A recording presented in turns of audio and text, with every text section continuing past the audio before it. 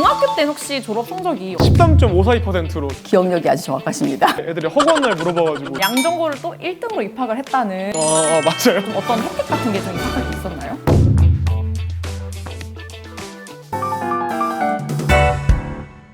안녕하세요. 오늘은 양전고 선배님을 모시고 고교 선택에 대해서 그리고 양전고에 대해서 이야기를 한번 해볼까 합니다. 양정고등학교는 서울시에 거주한 학생들이 지원할 수 있는 광역 자사고인데요. 무려 1905년에 개교한 역사가 매우 깊은 고등학교입니다. 100년도 넘었어요. 양정고등학교는 서류 접수 후 면접 대상자를 선발하고 면접 대상자가 된 학생들은 자기소개서를 제출한 후에 면접 과정을 거쳐서 최종 신입생으로 선발이 된다고 합니다.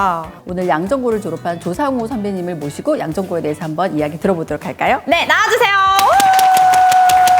양정고등학교 106기로 졸업을 해서 고려대학교 화공생명공학과에 지금 2, 3학번으로 재학 중인 조상우라고 합니다.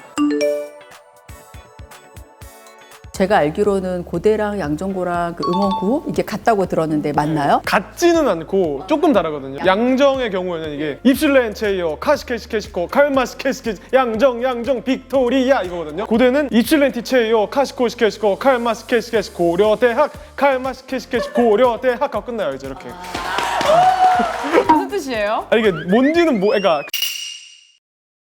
이번에 고려대학교 입학할 때 학생부 종합전형, 학업 우수전형으로 합격을 했다고 들었는데요. 졸업 당시에 고등학교 내신 성적이 어떻게 되었었어요? 1.65 정도 됐어요. 양정 말고 지원했던 학교가 있었을까요? 중학교에서 고등학교 지원할 때 보면은 종이에다가 자사고 일반고 쓰는 칸 있잖아요. 양정 쓰고 강서 대일을 썼다가 갑자기 바꿔가지고 강대를 썼다가 4번 정도 바꿔가지고 결국은 양정 강서 대일을 딱 했는데 양정이 됐죠 이제 그렇게. 고등학교를 선택했던 기준은? 집에서 가까운 정도로. 솔직히 누구 때문에 양정고에 갔다 그건 없고요. 진짜 단순하게 양정중을 다니다 보니까 괜찮았고 양정 가면 굉장히 익숙한 분위기일 것 같기도 해가지고 중학교 때 혹시 졸업 성적이 어떻게 됐었어요? 13.542%로 졸업했어요. 기억력이 아주 정확하십니다. 애들이 허구한 날 물어봐가지고 양정고를 또 1등으로 입학을 했다는 맞아요. 좀 어떤 혜택 같은 게 좀 입학할 때 있었나요? 입학 테스트를 보거든요. 장학금 있다 보니까 이거 공부하면 어떨까 해서 전날에 그것만 공부하고 들어갔다가 입학하고 들어가니까 교무부장 쌤이 이제 방송실로 끌고 가가지고 이제 너 1등이다 수석으로 입학했다 해가지고 가서 선서하고 장학금을 받았죠. 이제 200만 원으로. 남녀 공학에 대한 아쉬움. 아쉬움도 알아야 알잖아요. 중학교도 남중이고 고등학교가 남고다 보니까 확실한 건 하나 있어요. 뭐냐면은 살짝 어색해요. 진짜 만나면 이제 학원에서 따로 여자 인맥이 없었다 하면 굉장히 어색해질 수도 있고요. 이제 대학교 가가지고 이제 중고등학교 어디 나왔으면 저 남중 남고였고 사람들이 되게 신기하게 보거든요. 이제 무슨 전설의 포켓몬 보는 거면 이제 학교에 대한 자부심이나 이런 게 정말 대단하던데 자랑 같은 거 좀 해주실 수 있을까요? 일단은 학교가 1905년에 만들어졌으니까 100주년 기념관도 있고 넓고 크기도 하고 박상진 선배님이 제일 기억에 남고요. 양정에 오면 귀에 못이 박히도록 듣는 이름이 있거든요. 손기정 선배님 이제 최근에 이제 알게 된 바로는 이제 포켓몬 게이머가 나온 적이 있거든요. 박세준이라고 해가지고 졸업식 날에 표창장까지 줬다는 그런 전설로 남는 분이 한 명 계시고 양배전이 있잖아요. 이제 거기서 응원가를 부르고 하다 보면은 어느 정도 세뇌가 된 상태로 진행이 되고 월계축전 축제를 진행을 하는데 이게 실제로 되게 재밌어가지고 이걸 하게 되면은 양정인으로 거듭나게 되는 거죠. 이렇게 되면 양배전이라고 하면 어떤 대회죠? 여기 서부의 양정고랑 이제 강동의 배재고랑 하는 건데 이제 고려대학교랑 연세대학교랑 하는 고연전처럼 되게 오래된 라이벌 정기전인데 주로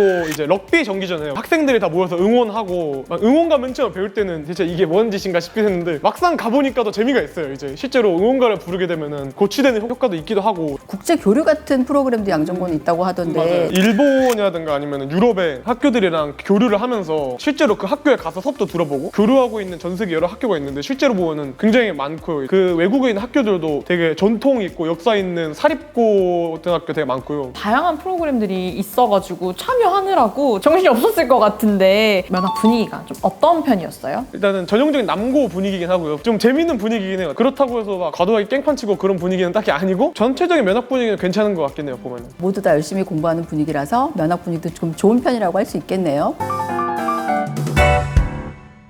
전체적으로 다 공부하는 분위기라면은 성적을 올린다거나 아니면 유지한다거나 이러기가 쉽지 않았을 것 같은데 과목별로 내신 공부 팁 같은 거 좀 주실 수 있을까요? 국어는 엄청 외우려고 그렇게 한다기보다는 뭐 학원 수업이나 학교 수업이든 내용이 체화되고 스며드는 그런 방식으로 해서 시험지를 맞이하면은 알았던 내용들 다시 거기서 볼 수 있게, 그리고 이제 쌤별로 디테일이 있을 수도 있고 아니면은 특이한 내용이 있을 수 있기 때문에 그런 거 주의하면서 했던 것 같아요. 시험의 유형을 사고형이다 아니면 암기형이다. 지금 암기형에 가깝다고 볼 수 있거든요. 그런데 등급을 가르는 그런 문제들에서는 사고가 좀 필요했던 것 같긴 해요. 완전히 긴 서술형 스타일인지 아니면 단답형 답이 더 많은지. 쌤별로 되게 달라요. 제가 2학년 때는 한자 덕후쌤이 있어가지고 자축인묘 진섬 그것 중에 하나를 낸 적이 있고요. 정인년이라든가 아니면 임진년 그런 거 쓰게 만든 선생님도 있었고 쌤바 쌤이죠. 수학 같은 경우는 수학은 기본적으로 부교재가 되게 중요해가지고 학년별로 부교재를 다 쓰는데 전체적으로 연계율이 되게 높아가지고 한 2, 3회독을 계속 풀면 도움이 되고, 그리고 서술형 문제가 꼭 나와요. 마지막에 거 3문제씩 나오는데 그게 한 문제에 10점이라 가지고 객관식 푸느라 못 푸는 경우가 있을 수 있는데 꼭 전략적으로 운용을 해가지고 30점을 꼭 챙기는 게 제일 중요. 시간이 엄청 부족해요, 하다 보면. 이게 학년이 올라갈수록 난이도가 높아지는 과목인가요? 1학년 때는 은근 쉽대라고 얘기했는데 2학년에 딱 올라가고 첫 시험을 보고 나니까 처음으로 이게 시험 끝나고 망했다라는 생각이 든 게 그때가 처음이었거든요. 이제 3학년 때도 이제는 수능 공부도 해야 되고 내신 마지막으로 챙겨야 되니까 많이 어렵지 않겠지 했는데 3학년 때가 제일 헬이었어요. 시험이 너무 어렵게 나오다 보니까 객관적으로 망했다는 점수여도 등급이 올라요. 다 같이 어려우니까.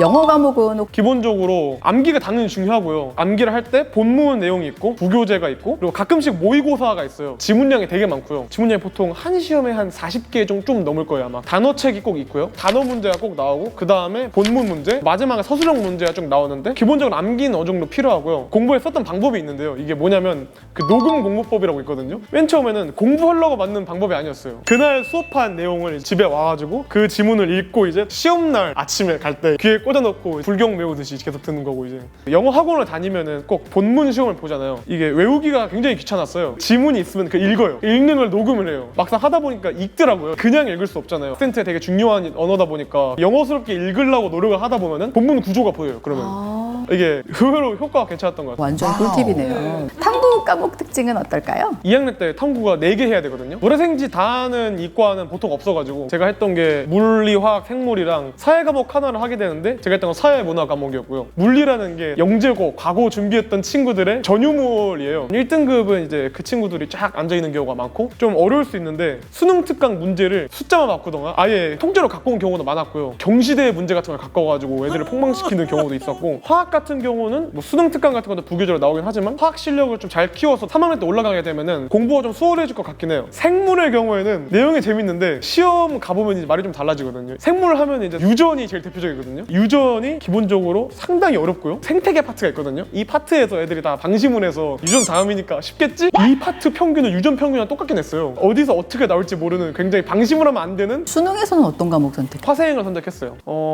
비추하는 조합이긴 하거든요. 62분 동안 풀타임으로 지옥을 느낄 수 있는 과목은 화생이에요. 이게 문제를 다 푸는 사람이 이긴다기보다는 잘 버리는 사람이 이긴다. 두 과목을 동시에 잘 보는 게 힘들더라고요. 수행평가는 어땠을까요? 그렇게 비중 있는 편은 아니라고 생각을 하긴 하는데 사회 과목 수행평가가 전부 공통적인 편으로 보자면 발표가 있어요. 조별과제 발표를 하기도 하고 그냥 발표를 하기도 하는데 다른 과목의 경우에는 괜찮았던 것 같긴 해요. 실험 같은 것도 수행평가가 있었던 것 같긴 한데 나중에 학년 올라가다 보면 점점 적어져요. 수행평가를 크게 걱정하실 필요는 없을 것 같아요. 내용 선정을 되게 잘하는 게 되게 중요한 것 같아요. 저도 의예랑 화공생명과학을 동시에 준비하다 보니까 둘을 좀 아우르는 용도로 많이 썼거든요. 그런 게 아니더라도 나가서 발표하는 연습 되게 중요하거든요. 발표로 되게 여러 가지 시도를 해보고 나중에 대학 가면 발표를 많이 하게 될 거 아니에요. 그런 거에 쓰는 것도 좋지 않을까라는 생각이 듭니다. 다시 태어나도 양정고를 가시겠습니까? 다시 태어나도요? 그러니까